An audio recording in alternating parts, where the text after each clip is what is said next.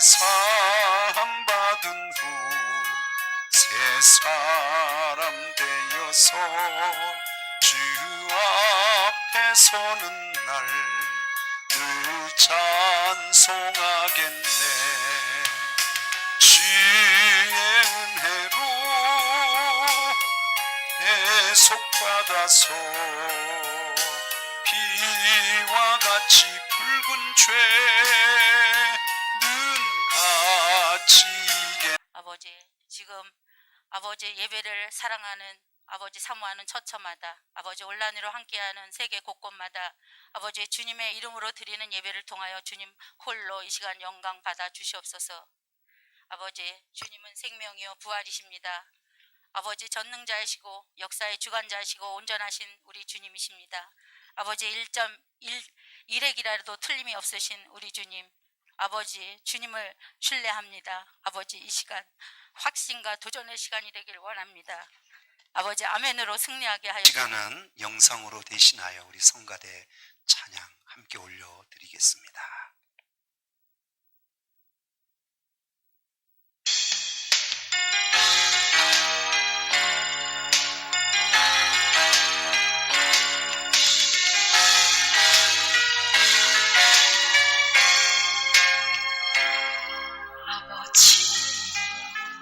불러만 봐도 그 사랑이 몰라요. 나 같은 죄인을 사랑하신 아버지, 온종일 울어봐도 감당할 수 없는 그 사랑, 그 크신 사랑을 어찌 말로 표현하리. 아버지, 아버지, 내 영혼 가소서.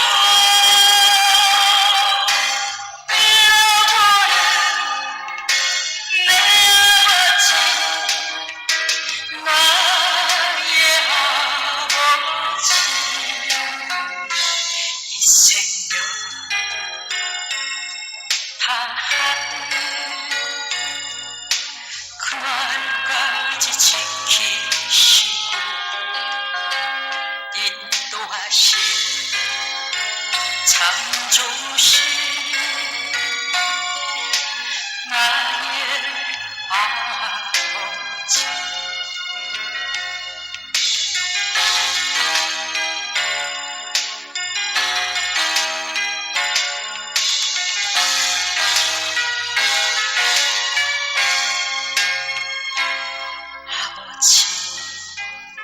생각만 해도 큰해에 감사해요. 나의 십자가 대신 지신 그 사랑, 아버지 그 사랑이 강물처럼 흘러넘쳐요. 그 크신 사랑을 어찌 말로 표현하리. 아버지, 아버지, 간절히 두 손을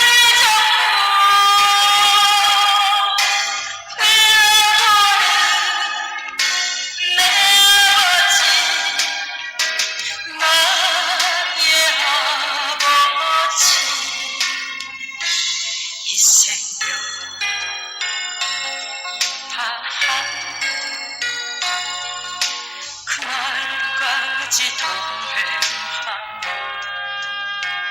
인도하신 신실하신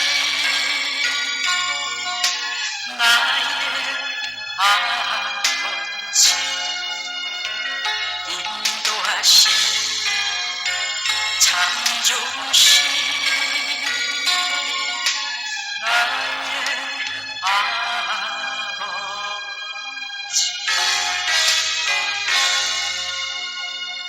오늘부터 제가 몇 주간 동안 교회가 어떻게 하면 부흥이 될까라는 주제로 같이 말씀을 나눠보려고 합니다. 하나님께서 이 땅에 소원이 있다면 교회에 대한 소원이 있습니다. 에베소서에 여러분 읽어보시면 교회는 만물을 충만케 하신 충만이 교회다 이렇게 표현하셨어요. 세상의 소망이 어디 있느냐 하면 하나님의 계획은 교회를 통하여 만물을 통일케 하고 충만케 하셔서 하나님의 나라를 세우시는 것, 그게 하나님이 이 땅을 향하신 교회의 소원입니다. 교회는 반드시 부흥되어야 합니다. 아멘. 하나님께서 우리에게 간절히 원하시는 건 교회를 통하여 마지막 시대에 영원 구원이 일어나고 하나님 나라가 전파되고 세워지기를 원하심이 하나님의 간절하신 뜻인 줄 믿습니다. 그 뜻 안에 우리 넘치는 교회도 이 땅에 세워졌고 오늘날 그 사명을 위하여 저와 여러분이 교회를 섬기고 있는 줄 믿습니다.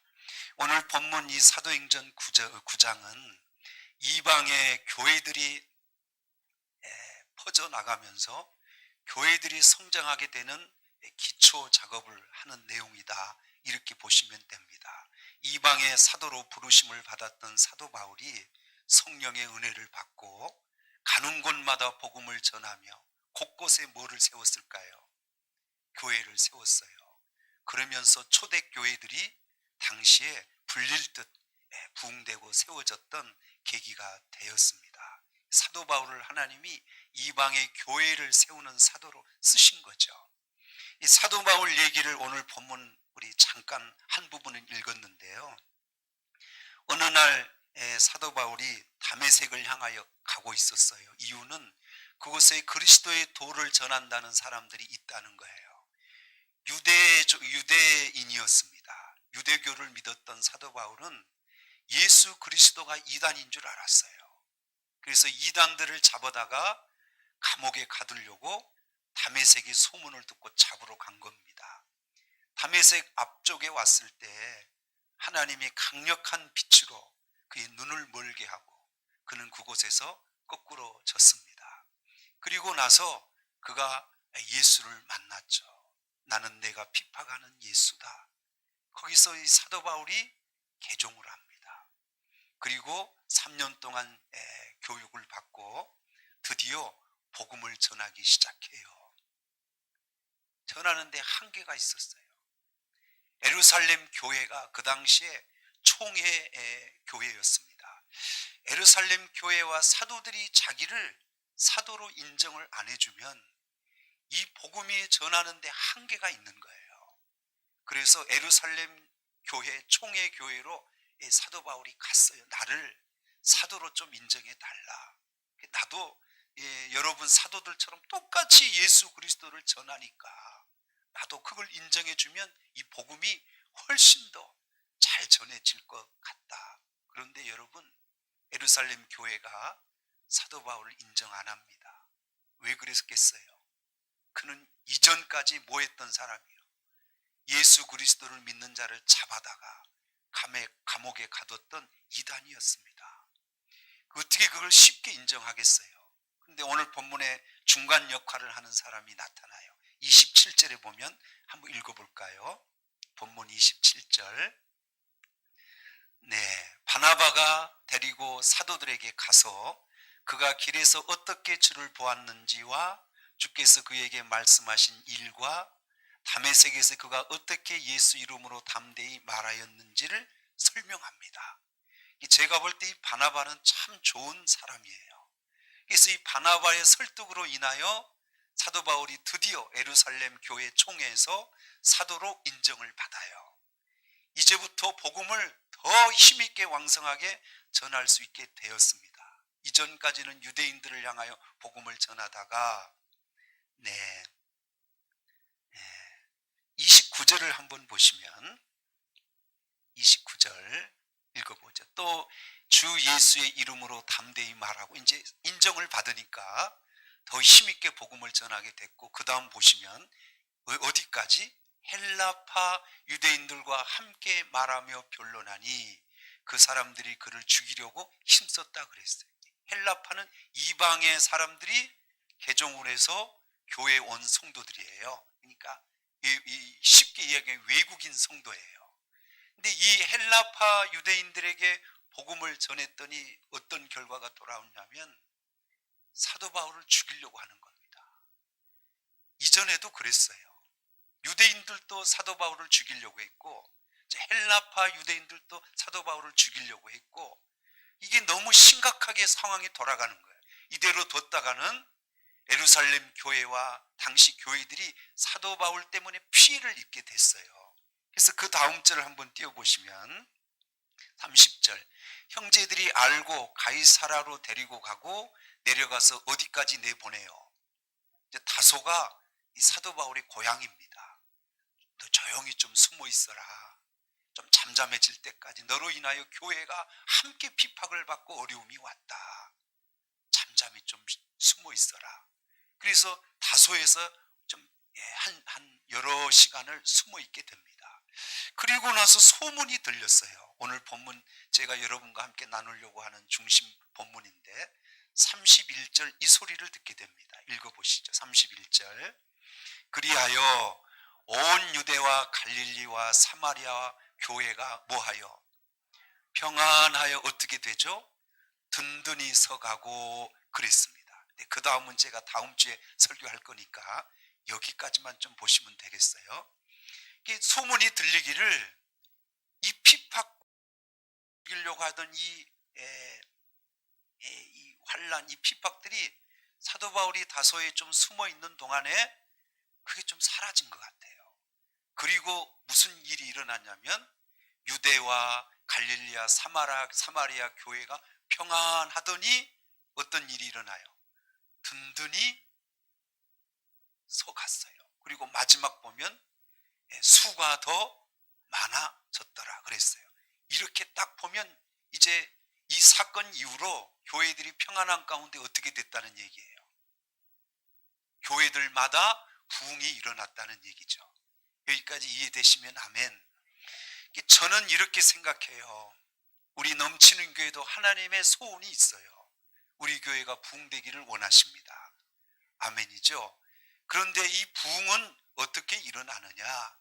여러 가지 조건이 있지만 오늘 본문의 말씀을 통하여 보면 핍박과 환난, 갈등 이런 가운데서 교회가 부흥하기는 어렵다는 거예요. 하나님이 잠시 다소에 사도 바울을 숨기신 이유는 너무 갈등과 이 핍박과 환난이 크니까. 그러면 복음은 전하지만 부흥이 일어나지 않으니까 하나님이 잠시 사도 바울을 다소에 피신을 시킨 거예요. 그 상황 속에서 교회들이 안정을 하고 갈등이 해소되고 평안함이 있었고요. 그 상황에서 교회들이 든든히 세워지고 수가 많아지는 부흥들이 일어났다. 이렇게 설명하고 있는 거죠. 이해되시죠? 우리 교회가 어떻게 하면 부흥될까요? 그 첫 번째 비결은 평안해야 교회가 부흥이 된다. 이렇게 설명하고 있는 거죠. 하나님이 우리에게 주신 진리는 변함이 없어요. 이건 진짜 진리예요. 그러나 이 진리도 갈등과 다툼과 싸움 속에서 이게 이루어지면 아무리 진리지만 그 다툼과 갈등 속에서는 교회가 어떻게 돼요? 부흥이 어렵습니다. 이 복음이 바로 전해지고 하나님의 은혜가 임하여 평안함이 세워질 때 그때 어떤 일이 일어나요? 그때 교회가 든든히 세워지고 부흥의 은혜가 나타난다. 이렇게 말합니다. 여러분 살아보시니까 갈등할 때 집안이 일어나요? 집안이 평안할 때 집안이 일어나요? 부부가 막 싸우고 다투고 상이 막 뒤엎어지고 막 이럴 때 가정이 일어나요? 아니면 부부 사이가 좋아서 평안할 때 가정이 일어나요? 그렇죠? 모든 원리가 그런 것 같아요. 저도 지금까지 교회를 섬겨왔지만 교회가 서로 막 갈등이 있고 다툼이 있고 미움과 시기가 있고 이럴 때 교회가 부흥되지 않아요. 교회는 주의 복음 안에서 평안함이 이루어질 때 그때 부흥이 일어납니다. 이렇게 보면 우리 코로나 상황 속에 있어서 좀 부족하고 어려움은 있습니다만 우리 넘치는 교회는 어때요? 평안함이 있을까요? 평안해요? 안 해요? 평안하죠? 아마 저는 확신해요. 이 코로나 상황이 다 종식되면 우리 교회는 부흥이 이루어질 겁니다. 지금까지 우리 교회가 그런 믿음을 세워왔다고 저는 믿어요. 아멘이죠. 그래서 심리학자들이 말하기를 마음이 편안하면 어떤 큰 환난도 돌파가 가능하답니다. 어려운 일도 뚫고 나갈 수 있다는 거예요. 근데 마음이 복잡하고 불안하면 적은 일도 그거 하나 헤쳐나갈 수 없다는 거죠. 큰 어려움도 가정이 평안하면 그거 헤쳐나가요. 교회도 마찬가지. 평안하면 어떤 환난과 핍박이 와도 그거 헤쳐나가는데 그냥 상처가 있고 갈등이 있고 다툼이 있고 이런 상황에서는 작은 문제가 와도 교회가 쓰러지는 거죠. 평안해야 이겨내는 거예요. 그걸 헤치고 나갈 수 있는 거예요. 아멘이죠. 의사들도 이렇게 얘기해요. 마음이 평안하면 혈액순환이 잘 된대요. 여러분 모든 병이 혈액이 순환이 안 되면 다 병이 나오는 거 알죠? 그리고 소화도 평안할 때 잘 된대요. 병이 들었어도 평안한 마음을 유지하는 분이 속히 치료된대요. 그러니까 의사들도 가장 좋은 약이 뭐냐? 평안의 약이래요. 아멘. 오래 살고 싶으시고 건강하게 되기를 원하시면 여러분 마음속에 뭘 먹어야 돼? 평안의 약을 드셔야 돼요. 평안하면 다 잘 되는 거예요. 아멘이죠? 평안하면 머리가 맑아진대요. 평안하면 운동도 잘 되고 평안하면 학생들 시험도 잘 보고 장사도 잘 되고 언제 아멘 하나 볼게요. 바느질도 잘 되고 밥 지어도 밥이 잘 지어지고 음식도 맛있게 되고 한이 없어 얘기하려면 이게 다 뭐 할 때 이루어지는 축복이에요. 평안하면 이런 축복들이 무궁무진하다는 거예요. 교회의 부흥도 이 가운데 하나 있다 이렇게 말하는 거죠. 하나님이 사람에게 주신 가장 큰 축복 첫째는 구원이고 제가 생각할 때 그 다음은 평안일 것 같아요. 평안하지 않으면 어떤 부귀영화를 다 가져도 행복이 아니에요. 다소 부족해도 여러분이 평안의 은혜가 있다면 거기에 감사가 있고 거기에 행복이 있는 거죠. 평안의 복이 임해야 할 줄 믿습니다. 최고의 복이 뭐냐 물어보면 평안의 복이에요. 그래서 이스라엘 사람들은 만날 때마다 인사할 때 뭐라고 인사하는지 아시죠? 샬롬, 무슨 뜻? 평안, 평안하세요 이렇게 인사하고 헤어진답니다. 하나님이 주신 가장 큰 축복이 그들은 평안인 걸 알기 때문이에요. 여기까지 이해되시죠? 자, 평안이 이렇게 큰 축복이요 가정의 또 은혜요 교회의 부흥이 된다면 여기서 이제 여러분이 알아야 될 것. 그럼 목사님 평안은 어떻게 해야 내 안에 이루어지나요? 이 질문이 나오는 거죠. 어떻게 해야 우리가 평안할 수 있나요? 답은 하나예요. 예수 밖에서 있어야 평안이 올까요? 예수 안에 있어야 평안이 올까요? 네, 우리 잘 얘기하셨어요. 답은 예수 안에서만 그 평안이 가능합니다. 그래서 예수 안에 있는 우리에게 주신 그 평안이 어떻게 이루어지는지 제가 쉽게 몇 가지만 설명할 테니까 여러분 평생 세상에 어떤 부귀영화가 다소 없어도 그들이 부러워할 이 평안의 복은 반드시 여러분이 누리시고 행복한 삶을 사셔야 합니다. 평안해야 돼요. 목회도 평안해야 되고 사업도 가정도 평안해야 되고 우리 자녀도 부부 사이도 평안해야 되고 거기에서 하나님께서 만사가 형통케 하시는 은혜를 이루어 가시는 거거든요. 이게 하나님의 방법이거든요. 아멘이죠? 잘 새겨들어 보시기 바랍니다. 첫째, 이 평안은 주 안에서 이루어진다 제가 그랬잖아요. 그 주 안에서 어떤 방법으로 이루어지냐면 첫째, 십자가의 능력 안에서 이 평안이 우리에게 이루어집니다. 어떤 능력이요? 십자가의 능력. 여러분, 신앙생활에 있어서 가장 큰 능력은 십자가예요. 십자가. 모든 죄가 어디서 오냐면 사단 마귀로부터 세상에 죄가 오잖아요. 죄가 인간에게 들어온 순간부터 우리는 불안과 염려와 걱정과 두려움과 이 모든 게 다 어디서 주어지는 거예요? 죄. 근데 이 죄를 씻어낼 수 있는 유일한 비결은 뭐예요? 그게 십자가야. 불안하시나요? 세상에 두려움이 있고 염려와 걱정이 있으시나요? 그 원인이 다 뭐예요? 죄입니다. 하나님과 가까이 하는 사람은 특징이 하나 있어. 얼굴이 밝아. 그러니까 하나님과 멀어 있는 사람은 먼과 하나님과 관계가 좀 부자연스러워. 그런 분들의 얼굴은 좀 어두워요. 하나님과 가까이 계신 분이 왜 얼굴이 밝을까요? 하나님과 가까이 할수록 죄는 어떻게 될까요? 죄는 없어져. 왜냐하면 거룩하지 않고는 하나님과 가까이 갈 수가 없거든요. 이해되시죠? 하나님과 가까이 갈 수 있는 비결은 죄를 좀 해결해야 되는데 이 죄를 해결할 수 있는 유일한 비결이 뭐예요? 그게 십자가의 능력이야. 십자가의 보혈로만 가능해요. 하나님과 우리의 불안한 이런 원수되었던 모든 담을 헐 수 있는 힘, 그건 십자가의 보혈의 능력입니다. 그래서 이사야 선지자는 이렇게 고백했어요. 이사야 53장 5절을 한번 띄워보겠습니다. 띄워주시죠. 자, 이사야 53장 5절 방송실 읽어보시죠. 시작. 그가 찔림은 우리의 허물 때문에 우리가 평안을 못해요.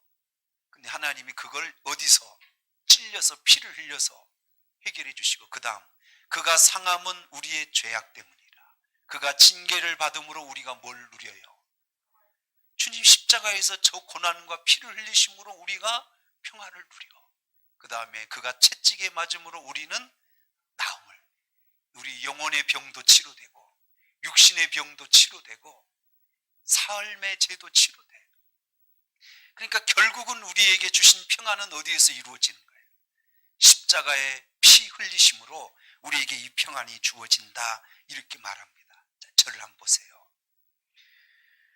여러분이 십자가 하면 막연히 제가 지금 말씀한 정도로만 이해하시면 안 돼요. 십자가의 능력 중에 하나가 뭐냐면 반드시 거기에 용서가 따라와야 능력입니다. 아멘이죠. 제 얘기를 하면 저는 목사예요. 저는 웬만하면 제 속에 걱정, 근심이 없을 것 같잖아요. 미워하고 막 이런 게 없을 것 같잖아요. 근데 저도 사람인지라 우리 어머님 문제 때문에, 제가 부끄러운 고백입니다만, 우리 형제들과 좀 다툼이 일어났었어요. 제 바로 밑에 동생 둘째하고 어머니 문제 때문에. 근데 정말 미웠어요. 제가 형이에요. 저를 무시하더라고요. 정말 미웠어요. 잠이 안 오는 거 있죠. 하루 종일 그 생각만 나는 거 있죠. 저만 그럴까요?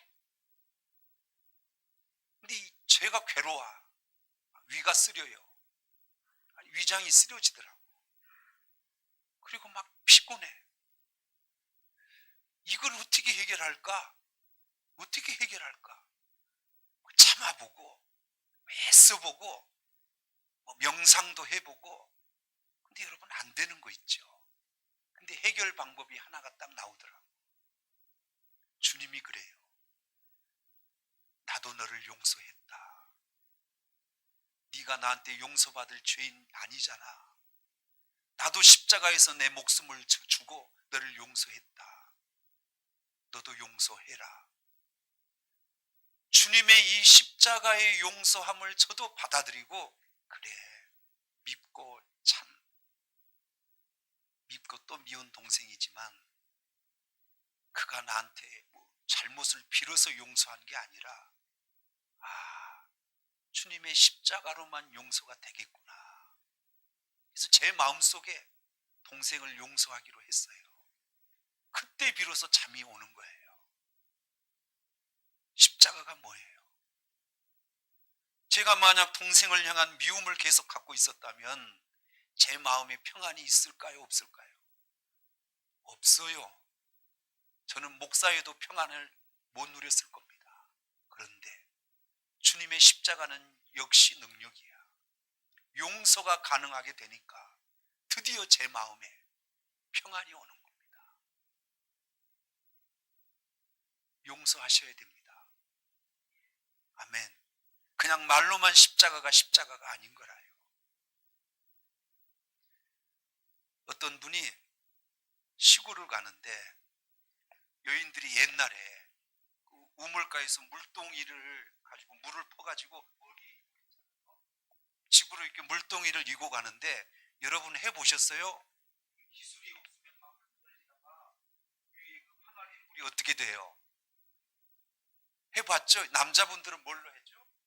묵직에. 저도 해봤어요. 근데 어떤 그 아낙네들이 물을 가득 담더니 그 위에다가 판자 있죠? 이렇게 널판지 같은 거. 그걸 이렇게 딱 얹어 놓는 거예요. 그래서 지나가다가 물어봤대. 아니 왜 물 위에다 그런 판자를 널판지 같은 걸 얹어 놓냐 그랬더니 그것도 몰라요? 이걸 얹어 놓으면 물이 막 이렇게 출렁거릴 때 그게 출렁거림을 방지해 준대네. 그래서 물이 안 쏟아진대요. 이때 이분이 굉장히 큰 깨달음을 얻었대요. 여러분 삶에 출렁거림이 있거든 그때 그 위에다 십자가를 얹어라. 그러면 그 출렁거림이 사라진다. 여러분 잘 새겨 들어보세요. 우리 인생에는 굉장한 환난풍파가 많아. 그 환난풍파를 조용하게 잠재울 수 있는 비결은 널판지 역할을 하신 십자가를 얹어 놓으셔야 됩니다. 그때 비로소 여러분 인생의 풍랑이 잔잔해지고 여러분 마음의 갈등과 불안과 이 두려움이 다 사라지고 드디어 하나님이 십자가를 통하여 우리에게 약속하신 평안이 이루어지게 될 것입니다. 돈이 좋아요? 평안이 좋아요? 돈 많으면 뭐해요? 매일 잠 못 자고 소화불량되고 근심걱정으로 사신다면 그게 어떻게 그게 행복이에요? 적은 것을 가지고도 마음에 평안과 기쁨이 있다면 그건 돈을 주고 살 수 없는 축복인 줄 믿습니다.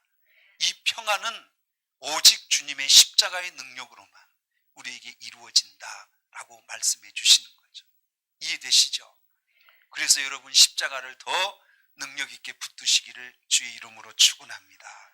두 번째, 이 주 안에서 누리는 비결, 두 번째는 믿음으로 평안을 누릴 수 있습니다. 믿으면 담대함이 생기고 자신감이 생겨요. 할렐루야. 여러분 하나님을 진짜 믿으시는지요? 진짜 믿으시는지요? 그럼 코로나가 두려워요? 안 두려워요? 말은 잘하십니다. 진짜 하나님이 믿어지면 여러분 삶의 고난이 두려워요? 안 두려워요? 안 두려워. 근데 믿음이 약해지면 약해질수록 여러분 삶의 어려움이 두려워지는 거예요. 결국은 무슨 문제예요? 믿음의 문제예요. 아이 하나를 데리고 사는 젊은 부부가 있었는데 갑자기 아내가 교통사고로 세상을 떠나버렸습니다. 유치원 아이예요. 유치원. 이 여자아이 하나를 데리고 살았는데 엄마가 갑자기 세상을 떠난 거예요. 장례식을 다 치렀어. 그리고 집에 와서 아빠랑 첫날 밤을 자는데 이 아이는 아이 방이 따로 있어요. 그래서 아이를 유치원 이 어린 아이를 자기 방에다 이렇게 재우고 딸아 옆방에 아빠가 있는 거 알지? 아빠가 너 사랑하는 거 알지? 잘 자 하고 왔어요. 잠시 후에 막 우는 소리가 들려요. 여러분 엄마가 죽고 장례 치르고 첫날 밤인데 여러분이라면 잠이 오겠어요? 이 아이가 엄마 생각나서 막 우는 겁니다. 그래서 아빠가 가서 또 그랬어요. 딸아, 아빠 너 사랑하는 거 믿지? 그래 아빠 믿어. 그냥 아빠 믿고 자. 그래서 아빠가 재워놓고 다시 들어왔어요. 근데 이번에 또 막 울음소리가 나. 이번에는 아빠 방에서 나. 이 아버지가 부인 생각하면서 막 울어요 또. 그랬더니 딸이 찾아왔어. 아빠 왜 울어? 아빠 내가 아빠 사랑하는 거 믿지? 그럼 울지 마. 근데 이 아빠에게 번뜩 스치는 게 있었어요. 하나님이 나를 사랑하는 거 믿느냐? 내가 너를 사랑하는 걸 믿느냐? 이때 믿음의 확신이 왔어요. 그때 비로소 잠을 자는 거예요. 성도 여러분, 세상에 얼마나 힘든 일이 많아요. 복잡하고 어려운 일들이 얼마나 많아요. 이 근심스럽고 예기치 못하여 우리에게 다가오는 수없이 많은 어려움들을 우리가 맨정신으로 우리의 생각으로 어떻게 그것들을 다 이겨내고 평안히 잠을 잘 수 있겠냐고요.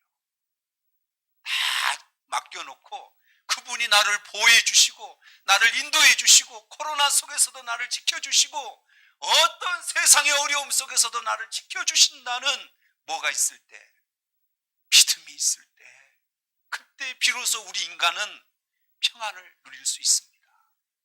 저도 목회하니까 늘 불안한 게 많아. 교회가 어려우면 불안해요. 근데 사실 이 교회가 제게 아니잖아요. 이게 하나님 거잖아요. 하나님이 인도하신다는 게 믿어지면 비로소 제 마음에 평안이 오는 거예요. 걱정이 안 되는 거죠. 하나님을 그래서 믿는 겁니다. 믿음이 우리를 평안케 하시는 능력임을 우리에게 가르쳐 주시는 거죠. 한 가지 더 나누면 주 안에서 해결되는 이 평안이 첫째는 십자가, 두 번째는 믿음이 있을 때, 세 번째는 기도할 때 가능합니다. 아멘. 기도하시면 이게 해결됩니다. 성경 하나 보겠습니다. 빌립보서 4장 6절 7절 한번 읽어볼게요. 읽어보시죠. 시작. 아무것도 염려하지 말고 다만 모든 일에 뭐로 기도와 간구로 너희 구할 것을 감사함으로 하나님께 아뢰라. 7절. 그리하면 모든 지각에 뛰어난 하나님의 뭐가, 여기 해답이 있네요. 기도하고 감사하면서 간구하면 하나님이 우리에게 뭘 주시겠다는 거죠? 평강. 돈 주신다는 얘기 아니죠?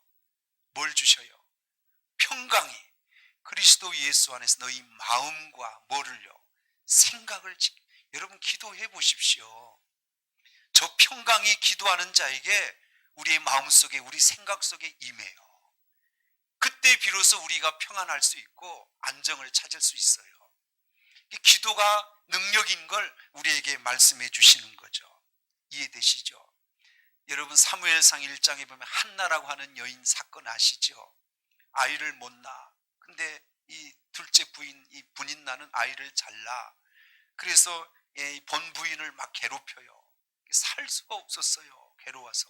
그래서 어느 날 하나님의 성전에 가서 기도하는데 당시 엘리 제사장이 보니까 입만 떨썩떨썩하지 소리도 안 나고 먹지도 않고 마시지도 않고 번민하고 격동하며 통곡하고 기도하는 걸 봤어요. 기가 막혀서 소리가 안 나온 거죠. 그래도 기도했어요. 그랬더니 엘리 제사장이 그에게 말했습니다. 너희 하나님이 너희 구한 것을 다 이루어 주시리라. 평안히 가서 먹고 마셔라. 그래서 집에 와서 그게 딱 믿어지는 순간 먹고 마시고 평안히 자는 거예요. 그러다가 아이 나요 안 나요? 아이 나요. 기도하다가 이런 일이 일어났다는 거죠. 기도하기 전까지는 마시지도 먹지도 못하고 잠을 이룰 수도 없는 여인이 기도하는 중에 하나님이 은혜를 주시니 이런 평안한 가운데 그의 소원도 이루어졌다는 걸 우리에게 말씀해 주시는 거죠. 여기까지 이해되시죠? 그럼 우리 기도해야 돼요? 안 해야 돼요? 100일 기도에 우리 잘 마쳤죠.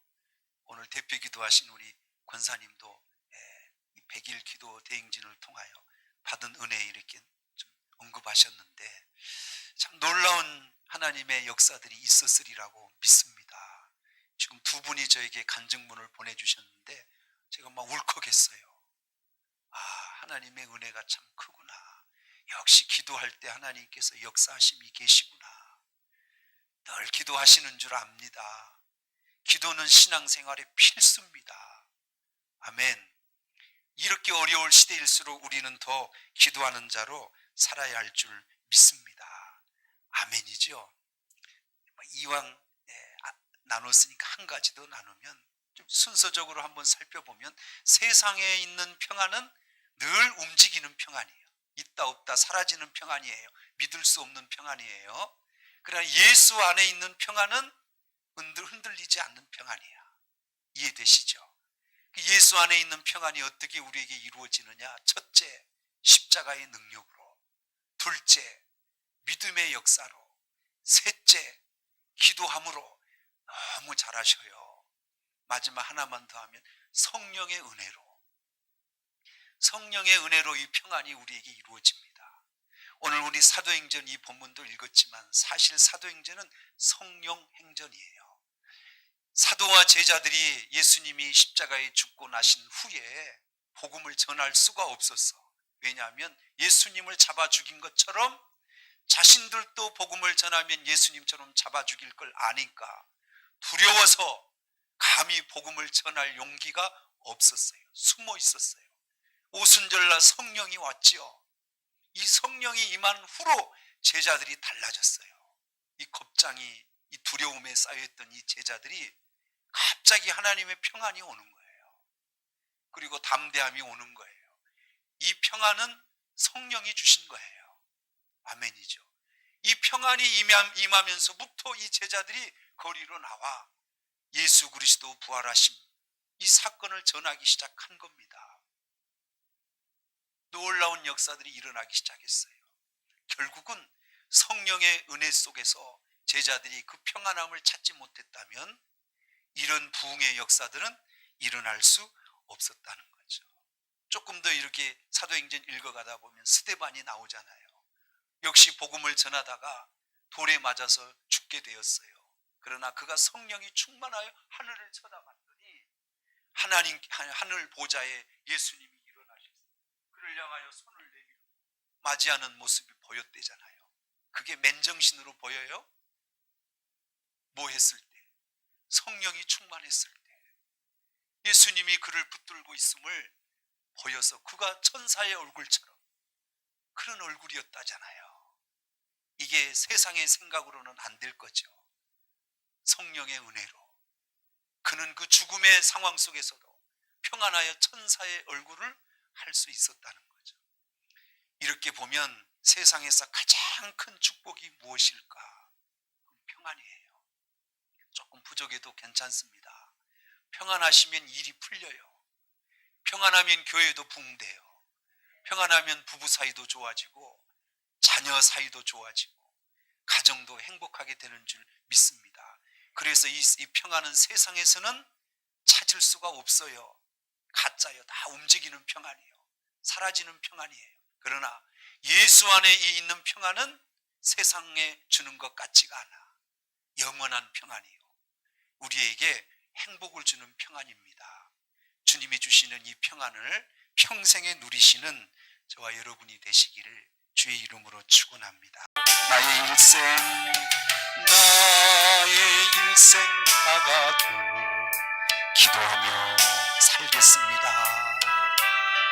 주께 맡긴 나의 인생, 주께 맡긴 나의 평안합니다. 영원한 기도는 우리의 헌신. 아버지 믿습니다. 우리 성도들을 지켜주시고 평안의 줄로 묶어주시고 십자가의 능력으로 세워주시옵소서. 잊지 마세요. 두 손을 가슴에 얹어주시고 얼마나 어려운 시대를 살아가고 있습니까? 제가 우리 성도들의 삶을 압니다. 질병 때문에, 삶의 어려움 때문에, 물질 때문에, 자녀 때문에, 남편으로 인하여 여러 삶을 통하여 힘들고 눌려있는 마음을 알아요. 그러나 여러분 지지 마세요. 주님이 여러분의 마음을 새롭게 하십니다. 주님이 여러분을 평안케 하십니다.